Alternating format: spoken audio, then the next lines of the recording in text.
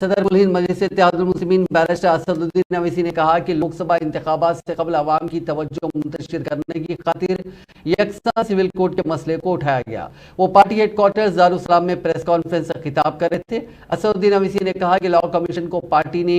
अपने मौक़िफ़ से वाकिफ करवाते हुए मकतूब रवाना किया है कि ये जो नोटिफिकेशन 22 लॉ कमीशन का आया था जून 14 को, इसमें उन्होंने पूछा कि व्यूज दीजिए on the issue of uniform civil code, मगर उस नोटिफिकेशन में लॉ कमीशन कोई प्रपोजल नहीं देता, सिर्फ उसमें हवाला देता 21 लॉ कमीशन का।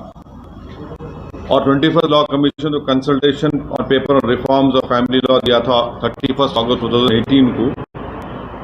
वही उसका हवाला दे रहे हो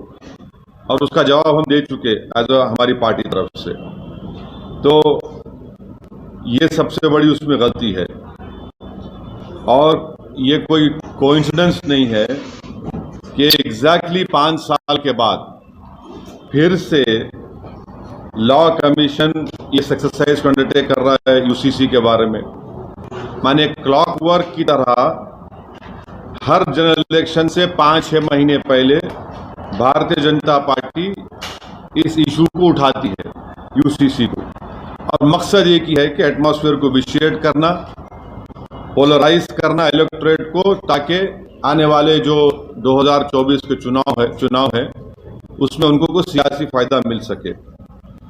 अब आप ये समझिए कि जून 14, 2023 को जो उन्होंने पूछा यूनिफॉर्म सिविल कोड के बारे में, हाँ, मगर वही कंसल्टेशन पेपर के बाद जस्टिस चौहान साहब क्या बोले,